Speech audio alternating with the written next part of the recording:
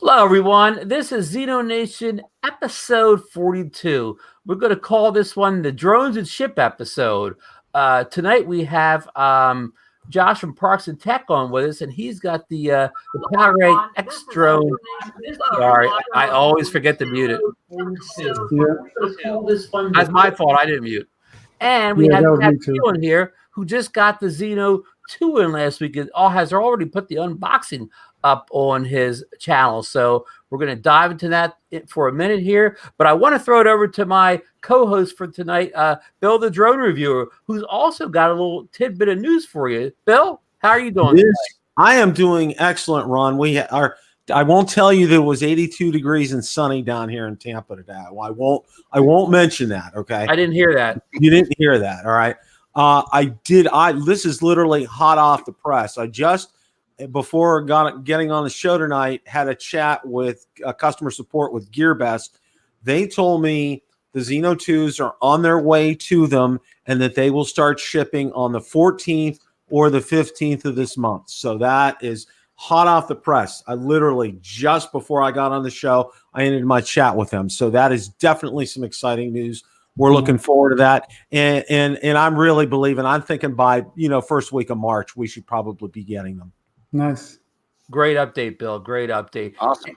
And I had a little, this is all theory and conjecture on my part, no proof at all to this, but it seems to me that everybody in the U.S. and Canada, we'll say North America, that has received the Zino 2 got what I call the fly more kit, where they got the bag for it and the extra battery. Nobody seems to have it got the base kit, which is what Bill and I ordered, where you just get the drone, the controller, and the battery. And is that what you ordered too, Josh? Just the base kit?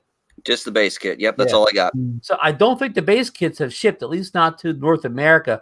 Only the deluxe kits like Chad got. So again, just a theory on my part, but it seems to bear out if you look who got it or not. But okay, anyhow, we're not going to go on news then because we actually got stuff to talk about then. We got real new drones that have shipped. They're in people's hands that are on the show. They're going to tell us about it. We're going to dive. Bill and I are going to ask some questions. So this is going to be a really good show tonight. Now, Josh has been on the show a couple times before, so we're going to go right to Chad because I want Chad to kind of introduce himself a little bit. I mean, again, he doesn't have to, just a broad introduction of where he lives and, how he got into drones and, just as much as he wants to say. Chad, take it away. All right, thanks. I want to thank you guys for having me on. I appreciate it. So I live in Northern Virginia right now. I'm originally from New Jersey. All right, Roselle, New Jersey. I'm not sure if you're familiar with that, Ron. What is that, north or south? That's north. It's near Elizabeth and Linden, up that way. But just a little brief background. My background is in law enforcement. So maybe like 2003, I think it was around 2003, I went down to Georgia to become a cop down there in the Atlanta area. And was down there for several years. And then made my way up here into Virginia and became a federal police officer. And was up here, worked for a couple of agencies as a firearms instructor and police officer.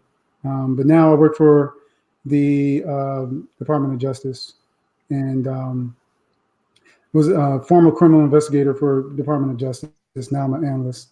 So how I got into drones, I think I just fell into it. I was just looking through YouTube and just came upon some drone videos. I think I was researching how to photograph or how to take better photographs with a cell phone or something like that.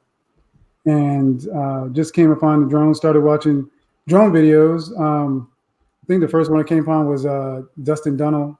His videos were like addicting. You could just sit there and watch a range test all day. I love those. Yeah.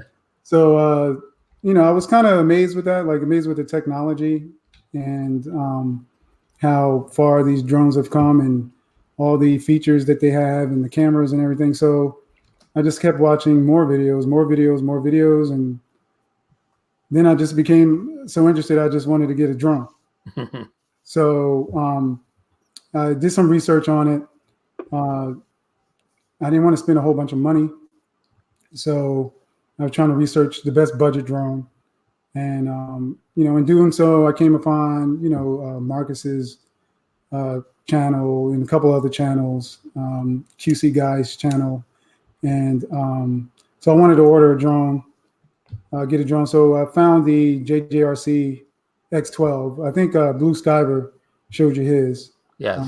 I got mine here too, but I ordered it. It cost maybe like $250 total with 2 batteries, and began to fly. And then my first video I posted on YouTube, and it was just a simple video, just with footage and music, and actually half the video had music and half was silent. So,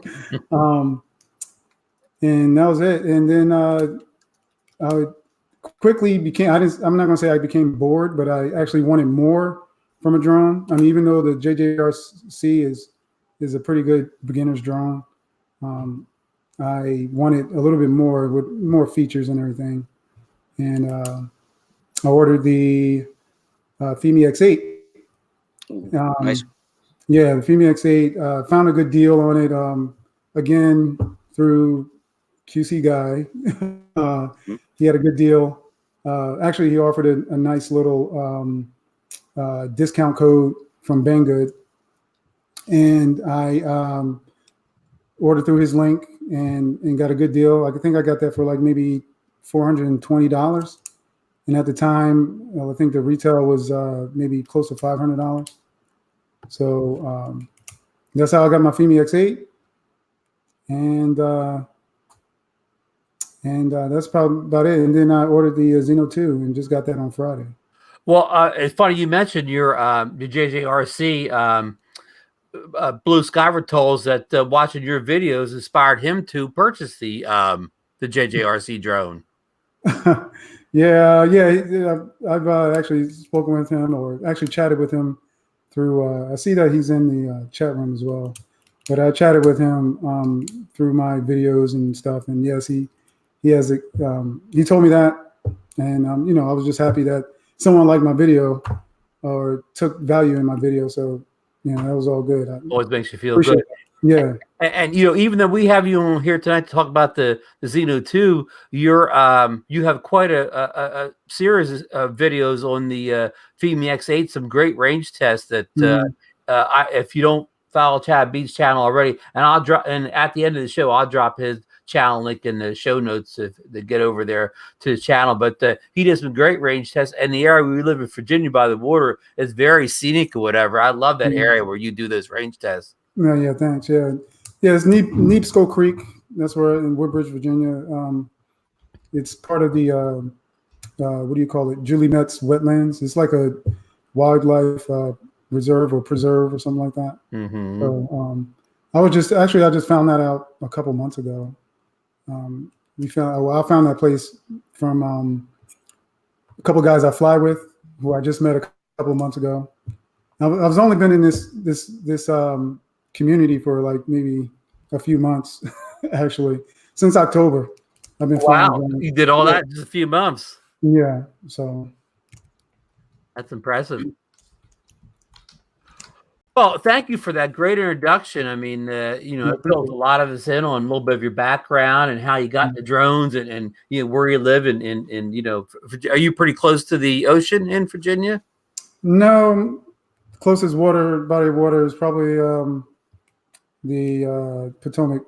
Right. Yeah, because only a small little tip of Virginia touches the ocean, right? Yeah. So I'm like 4 hours away from Virginia Beach. Okay. So, wow. So you're pretty far inland. Yeah. Go ahead. No, I'm saying Northern Virginia. I'm just right outside DC. Right. But that area where you flew looks remote enough that maybe it's a good area not to get too much interference with the Wi-Fi drones. Is that true? Yeah, that's correct. I don't know if you've noticed that they have a marina over there. Sometimes once you go past that marina, you kind of get a little interference. But there's a neighborhood to the left. If you're looking out to the Potomac, there's a neighborhood over there. There's actually a power plant to the left, but right over the wetlands is not as bad. But DC is, of course, it's a big no-fly zone. So right. Of course, the biggest no-fly zone probably in the U.S. yeah, and I'm just so lucky enough to be where I live. It's like a pocket where there's no restrictions. Even in the wetlands, there's a wildlife reserve right for it's like near the train tracks, and it's actually a no-fly zone. So that's why I fly over the train tracks all the time.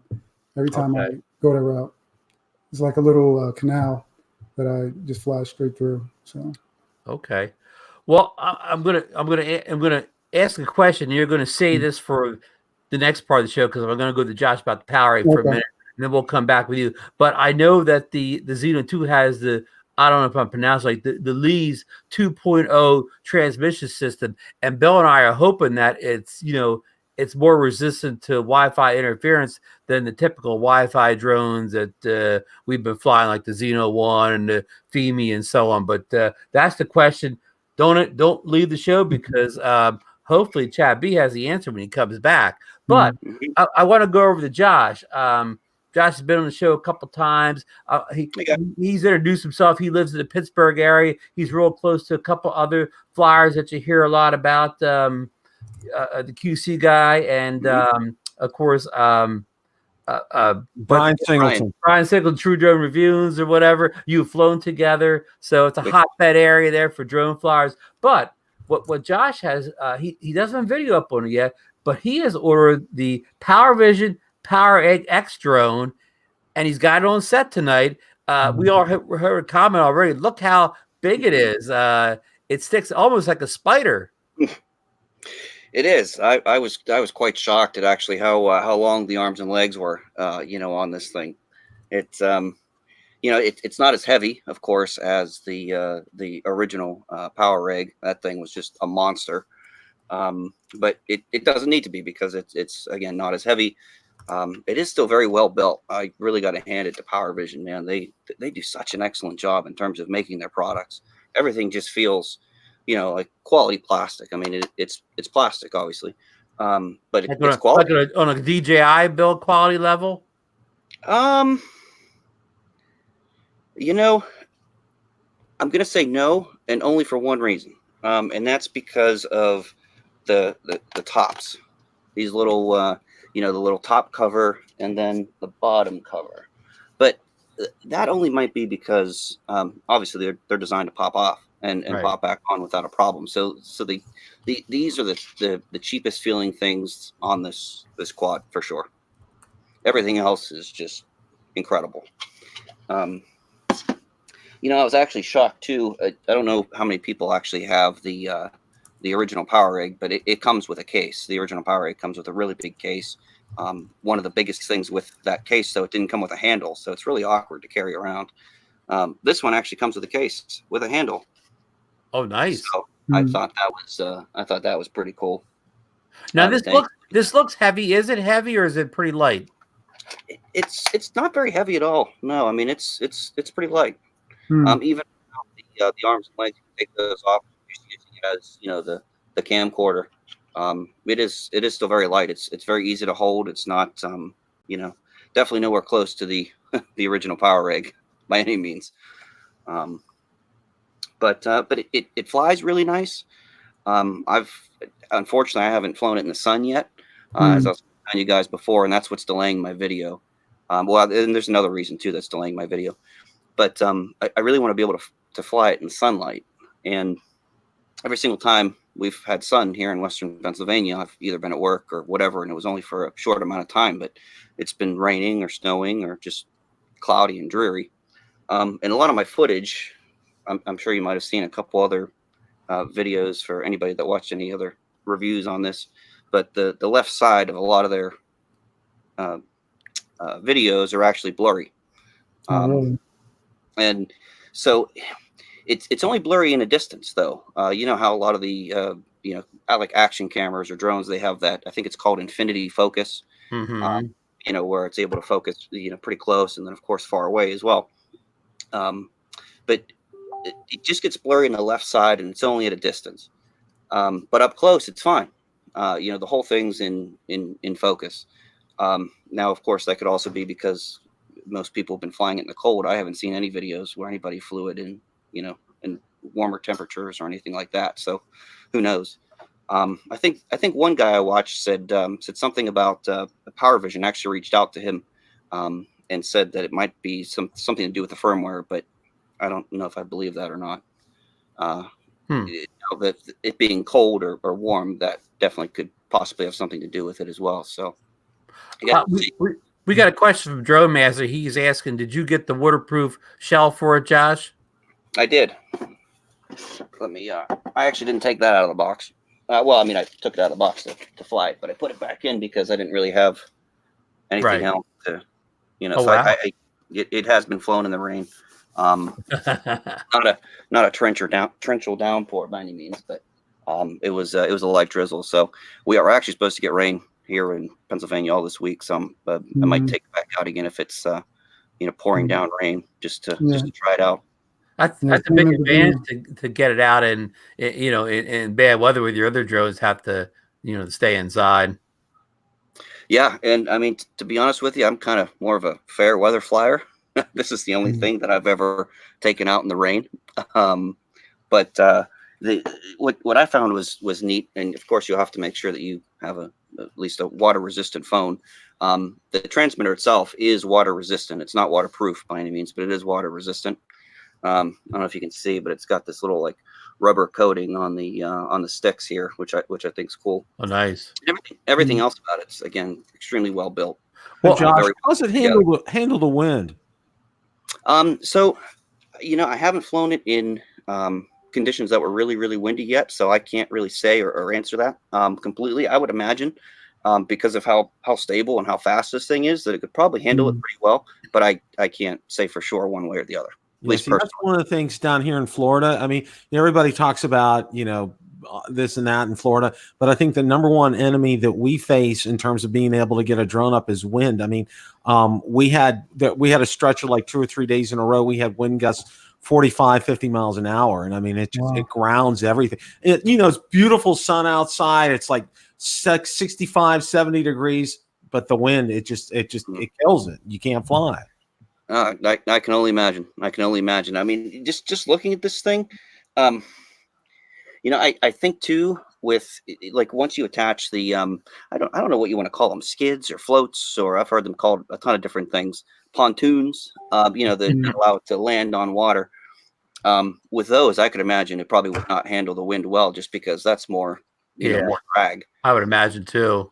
I see that Chris in the chat, and I might have missed it there. He said we should take it to his waterfall. There you go. I like that. I like that idea. Hey, Greg Pittman has a question for you. How does the weight compare to the Zino 1 with this? Is that for me?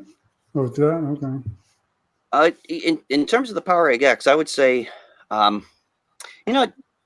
going strictly on feel at this point because I'll be honest, I'm not 100% sure how much it actually weighs with everything. But it feels very similar in terms of weight. It's really not that heavy. I know PowerEgg stuff or PowerVision stuff tends to be a little bit on the heavier side and have more weight to it, but it's definitely again, this is not heavy. It's pretty light. Okay, 3X Drones has a question. You already covered the second part with the wind. He says, what is the range on that thing, and how's it in the wind? We covered the wind already, but have you did any range testing at all on it yet? I haven't taken it out too far yet. They say it goes about 3 miles. I think 3.2 or 3.4 miles, something like that, is what it's rated at. But no, I personally have not done any range tests or anything like that on it yet, so I can't vouch for that. Okay, thanks. I know this may be early for you, Josh, but how do you rate it compared to the other PowerEgg? I mean, I know it's kind of early, but what are your thoughts? I think I absolutely like this one better. And so far, the main reason, and the only reason why I can say this so far, is because the original PowerEgg is so difficult to just handle. The setup, and it's not difficult. I shouldn't say difficult. It's time consuming. You know, and then you have to once you first get the thing open, you have to hold it in an awkward way to push that button 3 times to get it to deploy the landing gear before you can put it down, because that gimbal's right on the bottom. So you can't set it down until you deploy the landing gear. So you're kind of awkwardly kind of maneuvering it and trying to get, you know, all the arms and legs pulled out of it. So this is a little bit easier. So I think for that reason, and so far that reason only, I do like it a lot better. Good. I feel a little bit more confident with this. Right. And I don't know why. I got to be honest, the PowerEgg, I love it, the original one, but it kind of scared me a little bit, you know, and it still does. I've flown it a couple times. I mean, there's no reason to, but I think it's just because the sheer weight of the thing. I mean, if you've ever flown one, you'd kind of be like, wow, this is nuts. I mean, I've never flown anything that heavy. I'm sure maybe some other people in the chat might have flown, you know, bigger drones that are heavier. So we probably even have, you know, professional flyers. I'm sure. Here I'm not, but you know, so I still get a little nervous with something that heavy. You know, I just don't want it falling and hitting anybody or any, you know. Exactly. Like that, Yeah. so. Understood that. Hey, Yeah. I want to back up all the way to the beginning on this. So, we know the PowerEgg was previewed at CES in Las Vegas in early January. What was your ordering process? When did you order? Who did you order from? When did it show up? You know, that kind of trail that everybody's interested in. Yeah. So originally, I first started at PowerVision's website. It said it would, you know, ship in 24 hours. So I waited 24 hours. This is when? Oh, this was oh boy, I forget the date. Hang on, well, roughly ballpark. Early January, middle January. I would say probably middle January. If Okay. I think, yeah, something like that. Maybe a little bit before that, but so I ordered on a Friday. I figured, okay, whatever, the weekend, it may or may not ship, or, you know, whatever the case is. Monday rolls around, nothing happened. Tuesday, nothing happened. Wednesday, nothing happened, and it just, you know, nothing happened for that entire week afterwards. So I noticed that there's a company in New York City called Adorama. So I don't know if anybody's heard of them or. They're a big camera store. They've been around for years selling cameras. Yep. And so they have a ton of, you know, quads. They even have you know, the Zinos, things like that. I mean, they have a lot of Hubsan products as well on that site. Most of it's obviously a lot more expensive than you know, like a Gear Best or anything like that, specifically with a code. But they had it at a normal price, and I know I've used them before. They ship quick. And it was in stock. They ship quick. It gets here quick. So I actually canceled my order with PowerVision and then just ordered it from Adorama, and it got here in 2 days. Wow. So that's great. Yeah.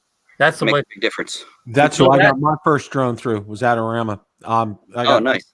Yeah. They were fast. They were very fast. Bill, this is the way a drone should ship. Oh yeah. I mean, is GearBest listening?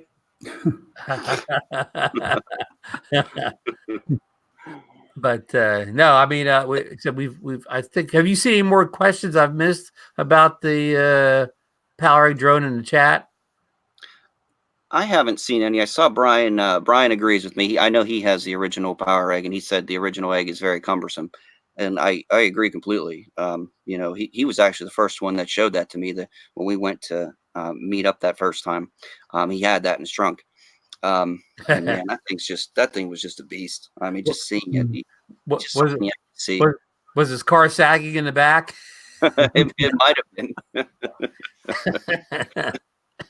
Yeah, that thing. Yeah, I've never seen one in person. I just saw, I think, just at Ken Heron's meetup on the boardwalk day after Christmas. I think it's the first time I saw it Inspire, and you know, you're just looking at that like big thing take off from the boardwalk. You're thinking, how's that even getting up in the air? It's so gigantic. Mm-hmm. Oh, I agree. It's crazy to see, and I mean it's loud too. You know, those props spinning. I mean, those motors are pretty big on that on the original PowerEgg. I mean, these are you know, I would call normal size props, or excuse me, normal size brushless motors. But those motors on the PowerEgg they're quite big. Hey Josh, there's been a question in the chat. What kind of battery life? I mean, I know you don't know, but what is it? What's it rated at?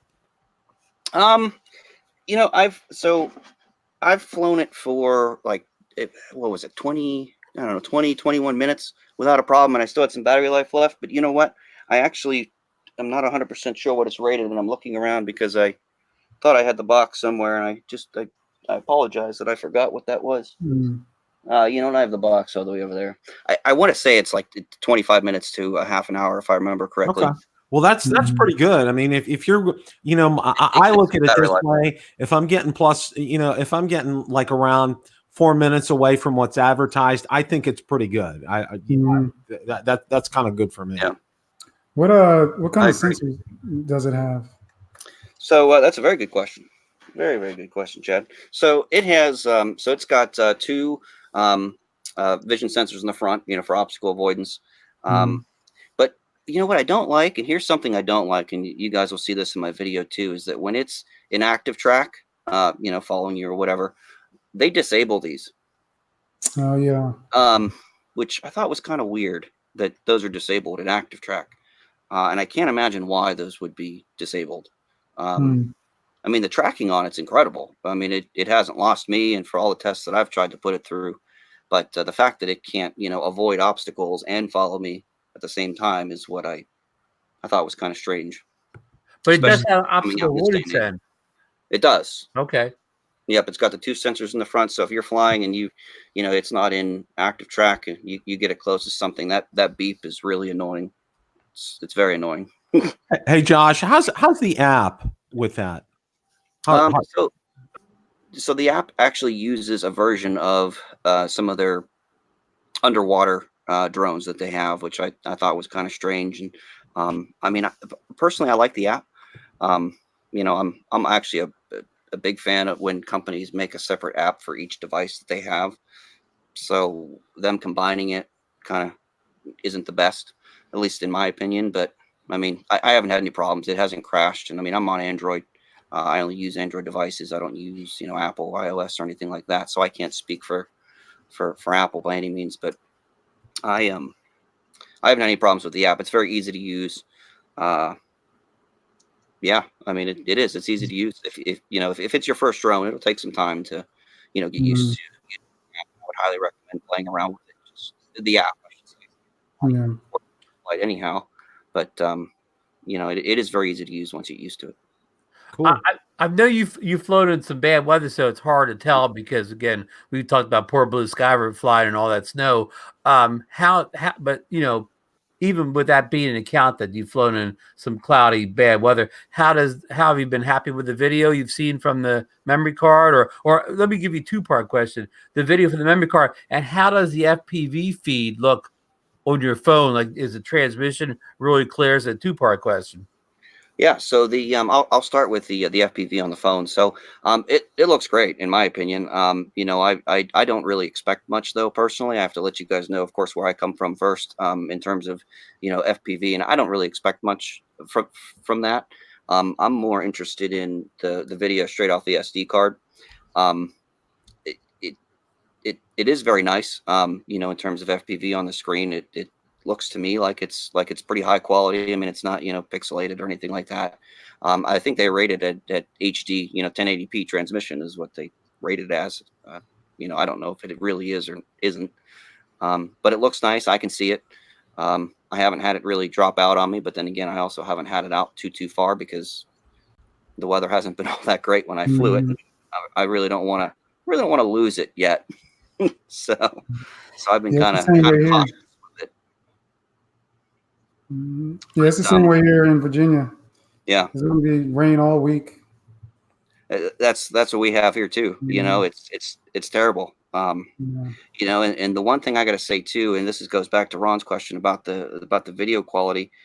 When that case is on, and you start getting water droplets on the case, the waterproof case, they kind of stay on there. Unfortunately, it kind of interrupts the video a little bit and makes it, just not as nice to look at. And it does fog up. Oh yeah, so, that was my next question. Yeah, you got to make sure that you got either that spray that you can put on. I don't have that. I just have a couple little, those pads there that you put in. And that seemed to work pretty well for me. You mean some Rain X or something, or? Yeah. I mean, they make some defogging. Maybe it's not defogging spray. It's a spray that you can spray on plastic and stuff like that. That I guess fights fog, or the lens, the case from fogging up. I mean, this thing does get warm. It's definitely not a cool flyer by any means. So Drone Master put down there that you need Rain X. I mean, if you live in Florida, you know what Rain X is, okay? Because the rain we get down here is it's torrential. I mean, when it comes down, when we get it's not like because Josh knows I grew up in Western Pennsylvania, and it's not like a Western Pennsylvania thunder shower. These things, when they come down here, it's like you have your wipers on fast and you can barely see. I got my fog lights on, and it's just like it's a crapshoot where the road is even sometimes. So yeah, Rain X is a must, and that wouldn't be a bad idea. Maybe seeing if that lens could stand some Rain X on it. Mm-hmm. Yeah. Drone Master in there said, "Spit in the mask, Josh." Oh, he must be a diver, huh? And Old school. and Chris QC guy, scuba spray. And Ridge Flyer says he says anti-fog spray. Yeah, I like it. I've seen Captain Drone's review on it. Yeah, it was pretty. He put anti-fog spray in it or something like that. He did. I forget what his was called. I don't remember what his was called. One more question. That has optical flow and hypersonic sensors on the bottom. Yes, it does. And I apologize. I didn't finish answering your question before. So it does have 2 obstacle avoidance sensors, these 2 here, and then actually 2 ultrasonic sensors as well on the bottom. So it's got 2 of each, and I mean it is very stable. Again, I haven't flown it in high winds, so I don't know again how well it battles the winds. I mean, I saw videos where some people were dumping water on this thing, and it seemed to kind of pretty much hold its own, for the most part. But again, that was just a video. I haven't tested that personally, at least not yet. Those are some video ideas for down the road.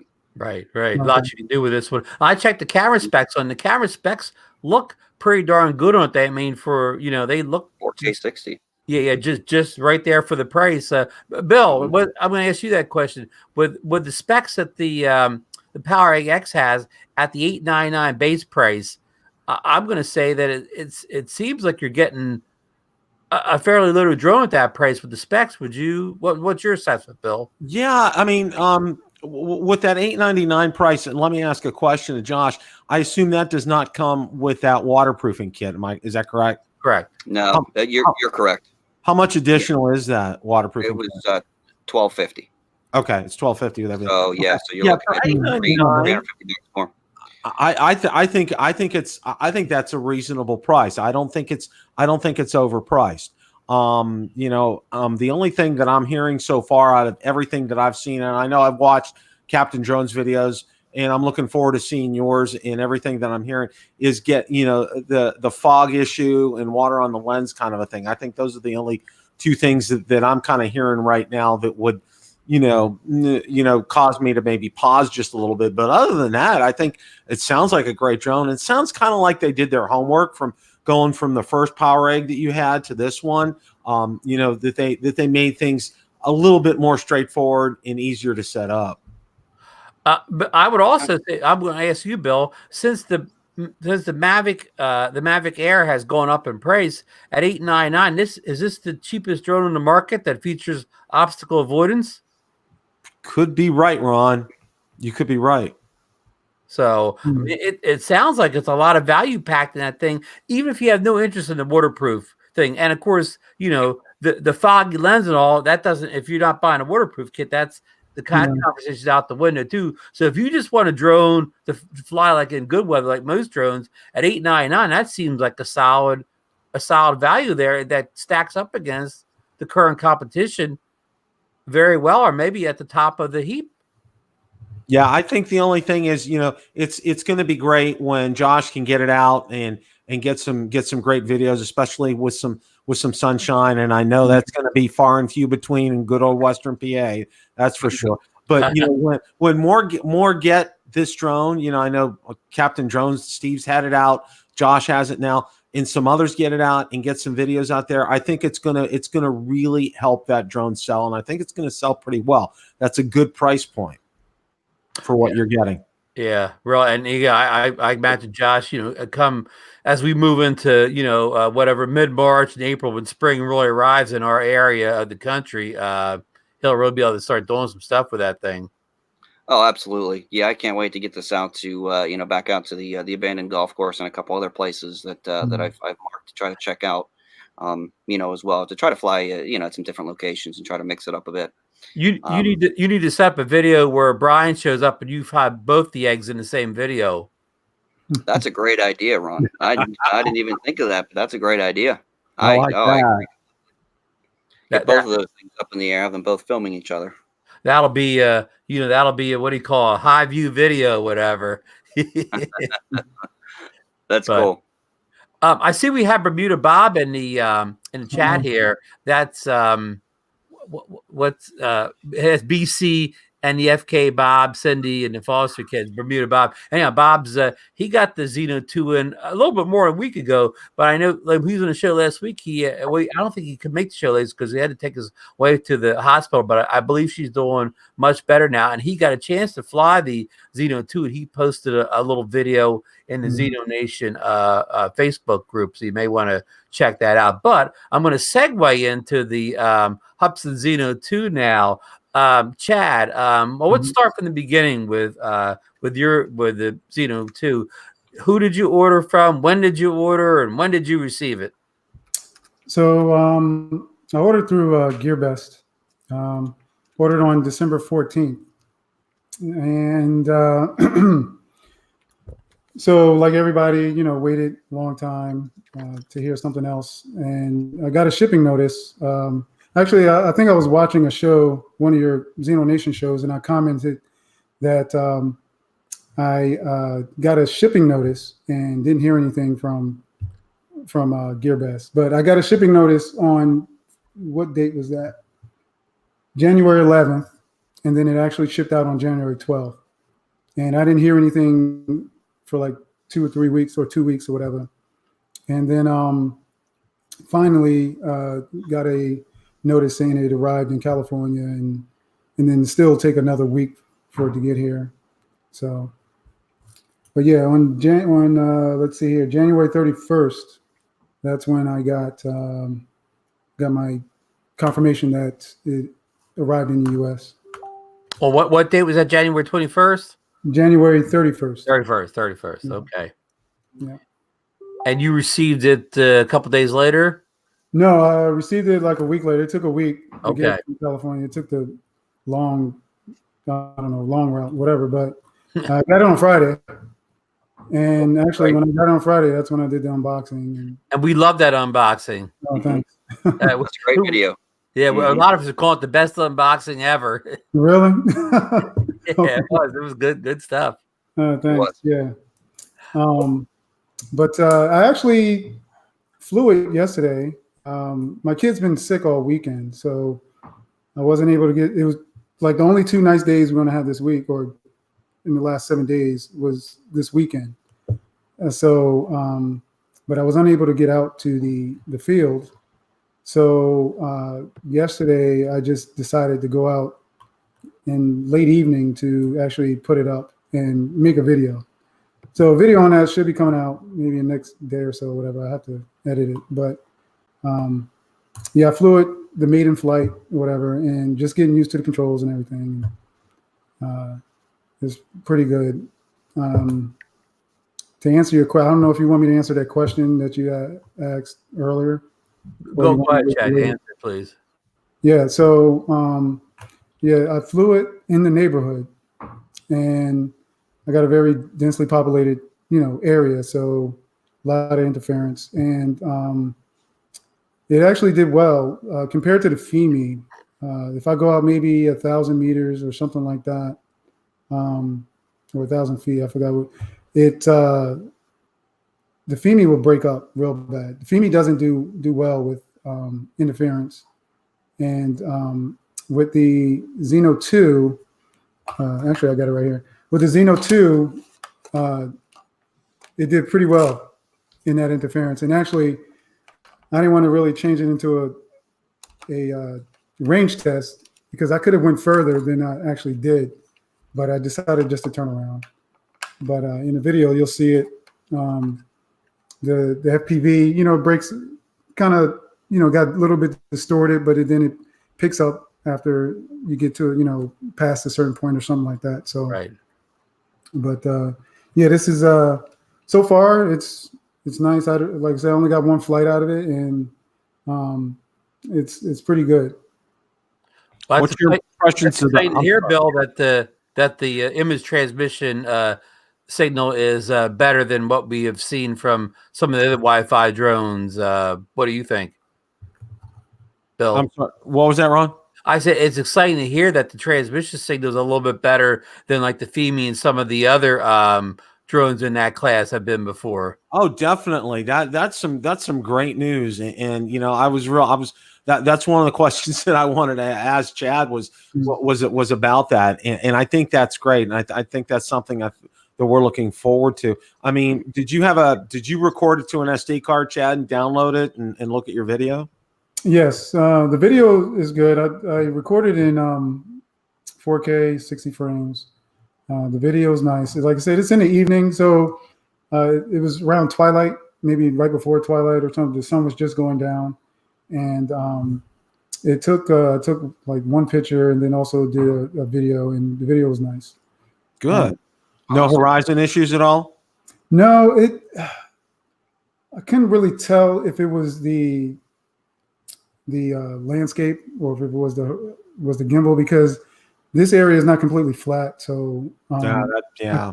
I couldn't really tell, but it didn't look the horizon it looked fine. Good.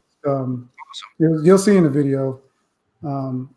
Yeah. Now, did you do an update to it as soon as you got it, or did you fly it without doing an update? Well, it didn't allow me to. I tried to skip the update, but it forced me to do the update. So, okay. Unless there's a way to bypass it, I'm not sure. But I was trying to figure out. I couldn't close the window or anything that came up on the screen to update.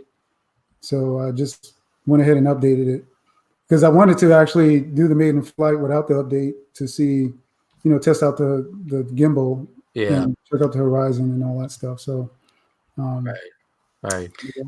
Because I know Blue Skyver told us that an update, helped his, and we got L3 Toys in the house with us now, who's been doing a knockout job with his reviews of the Zino 2 over in Malaysia.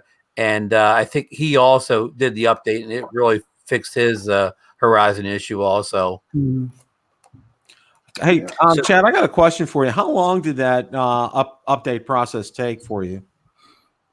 Like 2 minutes. Oh, wow. It wasn't long. Wow, that's fantastic. Yeah. What kind of phone are you using, Chad? A Galaxy S9. Android. Okay. You're on a modern Android phone. Okay. Yeah. Love it. Yeah. And another thing I didn't know, and you guys probably know since, having Zinos, but you can fly it without your phone because you have all the telemetry on here. I mean, I know with the original Zino, you didn't have all like the screen on here to see all your telemetry, but this one, if you want to just fly line of sight, you can go ahead and just fly line of sight with all your telemetry here. Bill, just like the Mavic 1. Oh yeah. Mavic 1. I mean, that was a game changer when that came out, and having that display on the controller, it was just like, everybody's jaw dropped because you basically could fly the drone without having to hook it up to your phone and take off.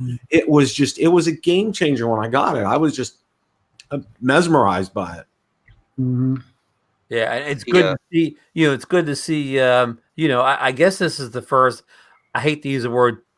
What do you want to say? The high grade toy drone class add something like that. I mean, that's really encouraging that they, went above and beyond and put that screen on there. And what Chad was saying about the FEMI XA, I have Marcus's right now, and even though it has this great controller and it has great range as far as flying a drone, you don't have to get too far out before the FPV. Not that it breaks up and goes away totally, but it gets real kind of real low res. And this is just a pet peeve of mine because it doesn't make any difference. But in my mind, when the feed on the FPV looks real bad, I think I'm taking bad video and taking bad pictures. And I know it's got nothing to do with it, but I can't get out of my head that, oh man, this looks awful. And I guess in a way, I don't line my shots up as good because it's not like real clear. But I'm glad to hear that that's an improvement with the Zino 2 and like the Skydio. For instance, the Skydio doesn't have great range either. You get too far out and you lose your FPV. But with the Skydio,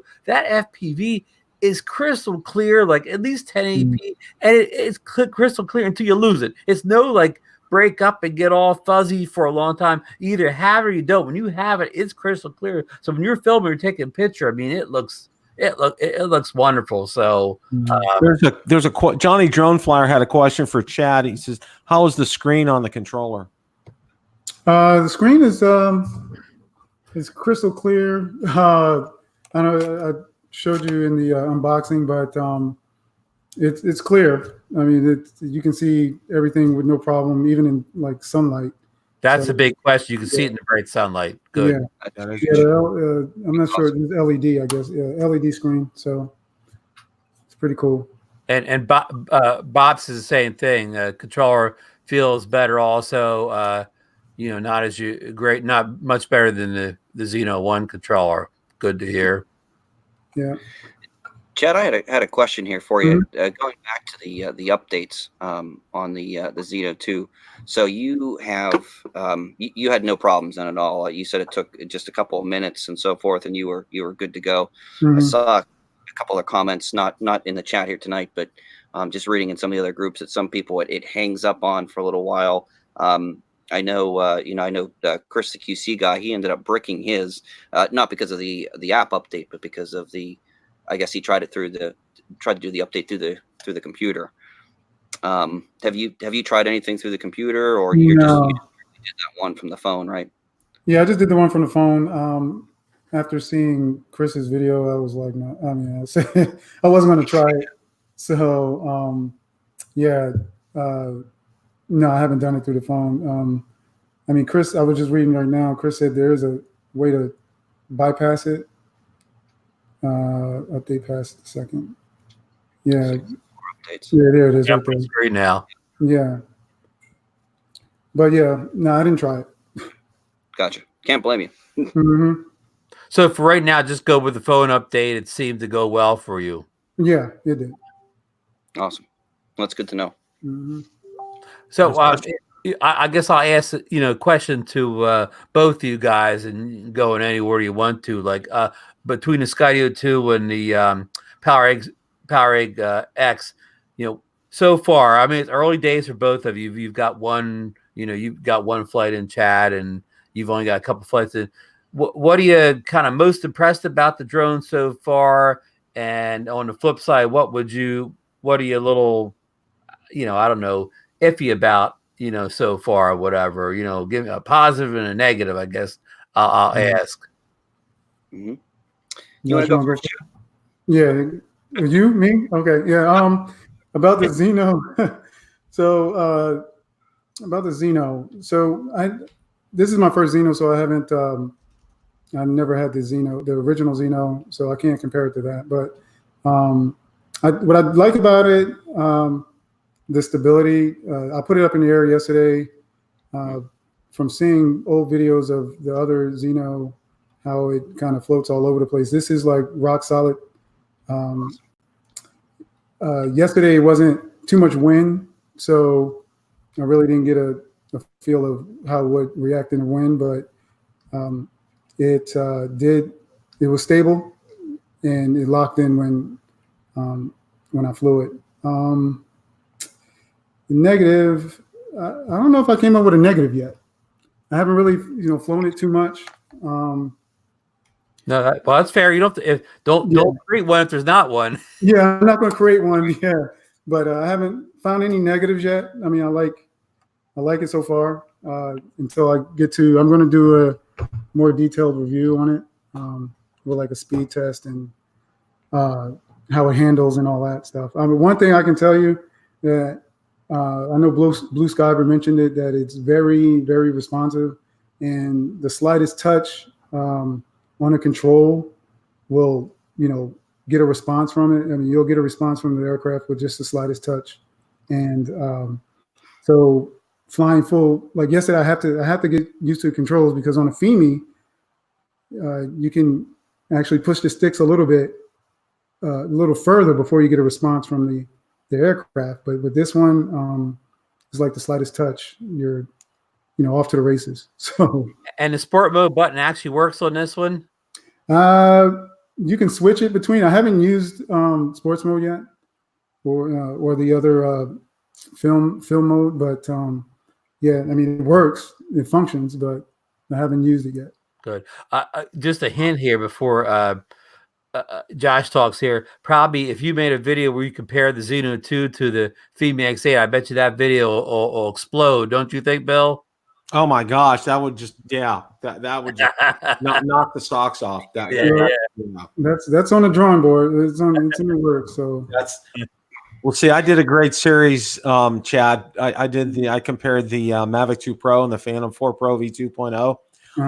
And whenever you do comparison videos like that, people love them. They absolutely love seeing them.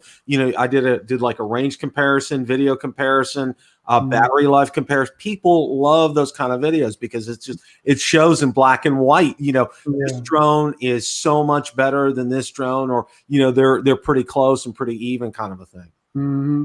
Yeah. Bob says the only negative is the controller battery depletes faster because of the built-in screen. Yeah, that is. Yep. I forgot all about that, but yes, that is a negative. Again, comparing it to the FEMI, you can do like 8 flights on that before the controller goes dead or depletes to where you can't use it anymore. But this here, I think I only got like one flight, and it was already down like maybe 75%, 75-80%. Well, see, that's one of those things where you have one of those power bricks and you carry it with you. Mm-hmm. You kind of hook it up. I know Rick Smith would know a way on how to do that. That's for sure. Mm-hmm. So, Josh, what are your thoughts? You have a positive, negative. So, for early days on the PowerEgg X. So, I have a couple positives and one rather large. Well, I wouldn't call it a large negative, but it could be a big negative later on. But in terms of the positives, the tracking, if you set this thing on a tripod and you just let it track you, it's phenomenal. It really is. And if you want to go see a video, Captain Drone did a video, his first part also really shows just that tracking feature. It's excellent, in my opinion. It looks great. It always kept up with them, and I mean it's got a lot of range in terms of how far that this gimbal can turn left and right, and even a little bit up as well. So you can get a little you can get a little up with it. Another thing that it's really stable. Again, I haven't flown it in high winds or anything like that, but man, this thing's stable. You put it up there, it doesn't move. Maybe in the winds or in higher winds it might, but again, I haven't experienced that yet weather-wise, or haven't flown it in high winds, so I can't guarantee that for sure. But I love how stable it is. I love drones that can just sit there. And don't require too much in terms of finagling. Some people I know love that, but I love a drone that if I need it to, it can just sit there and hover for a little while and be fine. And I know that, it's going to be okay and I don't have to worry about it. One of the negatives, and I'll show it to you guys. So if you pop this top off, and I kind of talked about this a little bit in the pre-show, but so obviously these arms and legs come off and on, but there is no locking mechanism to lock them in. So there's no like spring-loaded lock or anything like that. They just, because of tension and so forth, they just stick in.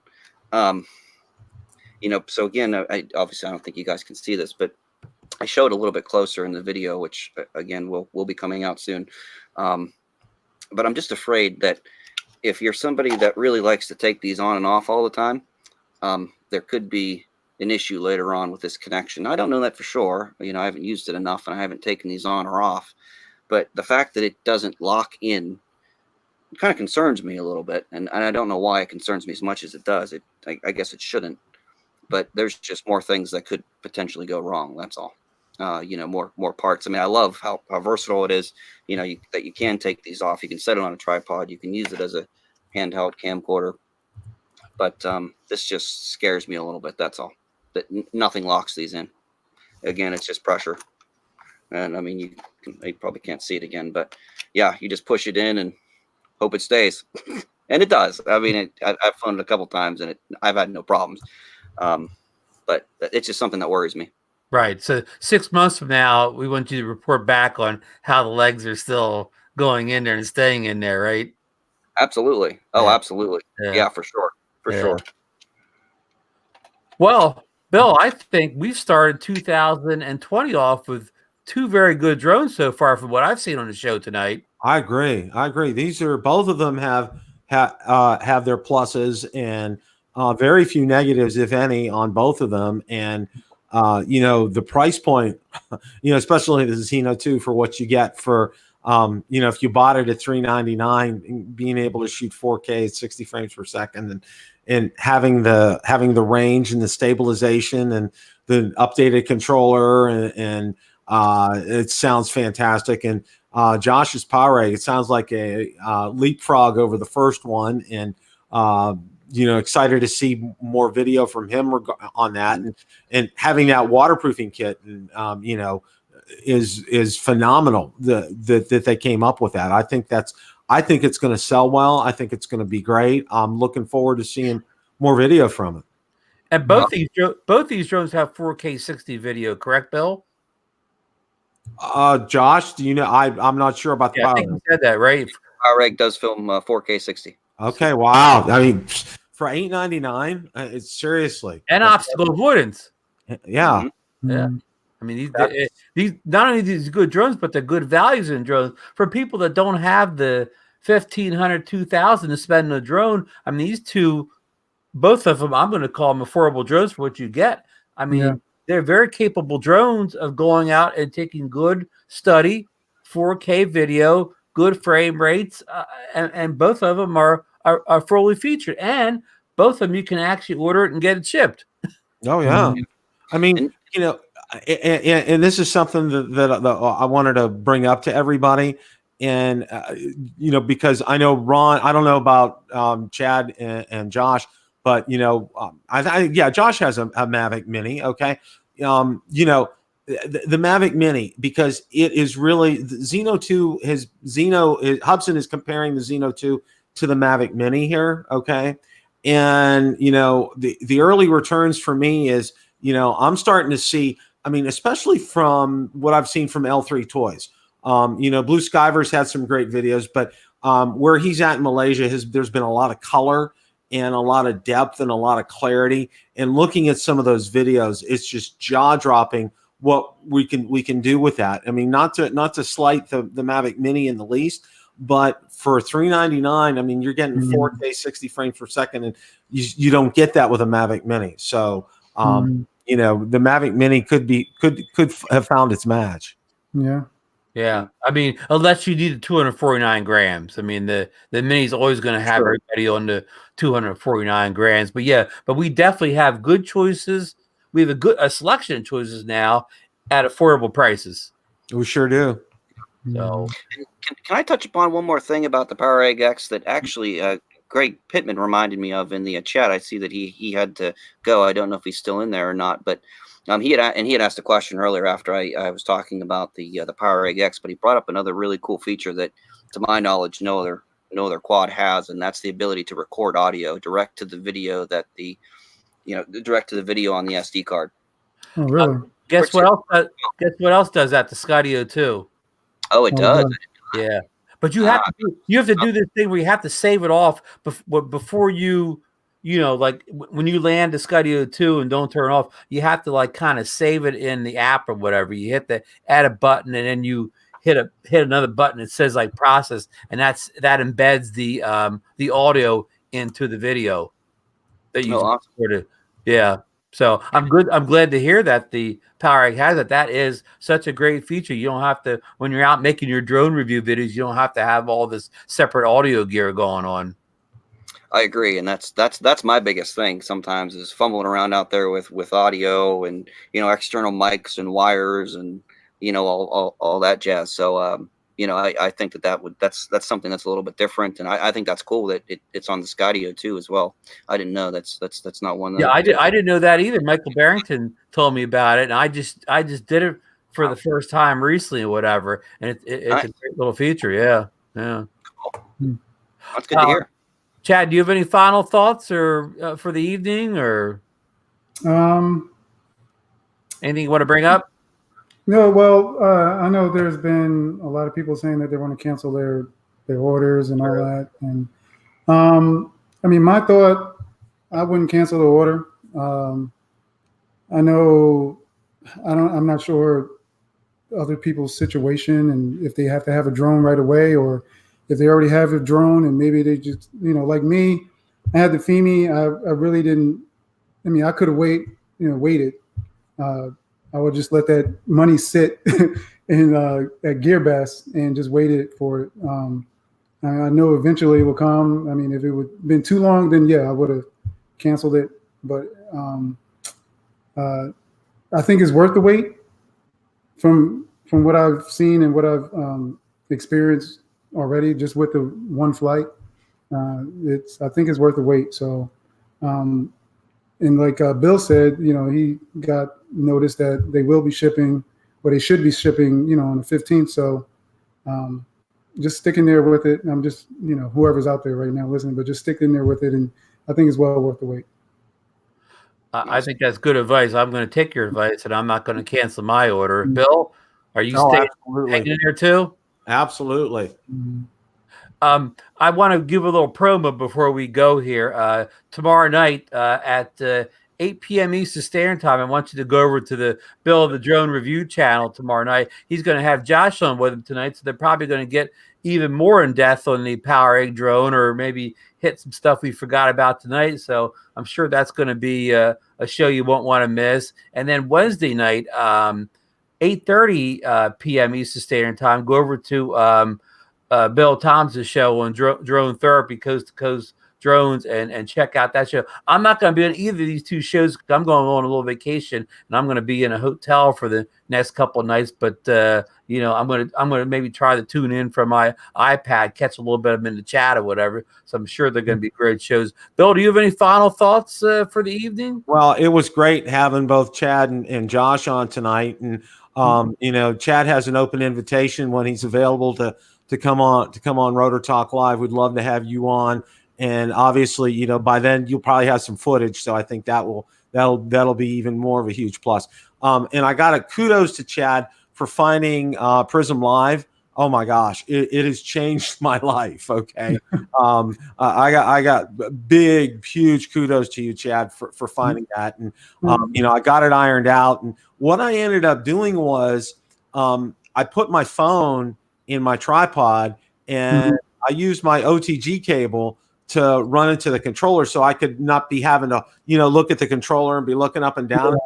So the controller was looking square on at me, or the phone was looking square on at me, and I was able to hold the controller and fly, and it worked really well. I thought that came out great. So I saw that. I might try that. That worked out really well. And all I did was do an OTG cable because with the Mavic Mini, it doesn't have a USB port in it. It only has that side port in it. So you have to have that USB. It's not a C. It's a smaller connection. Maybe a B or something. I'm not sure, but yeah, it's going to be Josh and I tomorrow night. We're going to knock it out of the park. A couple of Pittsburgh boys. We're just going to do it tomorrow night. We'll probably talk some Yinzer tomorrow night, Josh. Probably really kind of blow everybody's mind a little bit. Hey, is a truth that Le'Veon Bell coming back to Pittsburgh this year? It could be. I've read some things about that. That could happen. Huh. Interesting rumor. So we better not talk too much sports because we get in trouble for that, Bill. But Definitely not. I really want to thank Chad for coming to the show. I mean, I kind of got him last minute. He agreed to come on. He was great tonight. I mean, we really learned a lot from having the show, and we definitely want you back again when you want to come back when you've had a chance to really put the Zino through Zino 2 through its paces, and you really have some juicy stuff to tell us. And Josh, I'm so glad you agreed to come on and talk about the PowerEgg X even before you got a video up on your own channel about it. So, you know, I mean, I really appreciate that. I found the drone to be very interesting. Little quick disclaimer. I have a 360 camera right over there recording this as well. So I kind of got a little bit of my talk from the show tonight. So I'm going to hit it all angles tonight. The guy above you is the master of repurposing videos. So you're learning from the best. Love it. Oh yeah, I learned from Bill too on that. You use every opportunity you can on any recorded video. Absolutely, so, Ron and Marcus are doing a stellar job with that. I really want to thank Bill for sitting in tonight. He's done a great job. I mean, he's just a wealth of information. Brought that Zino news to us. I couldn't thank Bill more, you know, for coming on tonight. I do want to end on kind of a sad note, though. For the younger guys here, it may not mean anything to them, but Robert Conrad passed away this weekend, Bill. Yeah, I saw that. You know him from Wild Wild West? Wild Wild West, and from Pappy Bowington from Baba Black Sheep. Baba Black Sheep or whatever. Yeah, great actor. He's going to be missed. He really. What battery did he advertise where they wouldn't knock the battery off his shoulder? I think it was Ever-Ready. Ever-Ready. So yeah. So I want to thank everybody in the chat. We had a lot of our regulars in here. We had a great group of guys in here. I mean, L3 Toys dropped in with us. It was great to have him on the show, and Bermuda Bob stopped by to tell us about his experience with Zino 2. So we had a lot of, you know, people contributing from the chat. I mean, I don't want to name everybody, but you know, you guys are all great. I mean, it was just a great conversation here, and that's it. Good night, everyone, and we'll see you next Monday. Good night, guys. See you.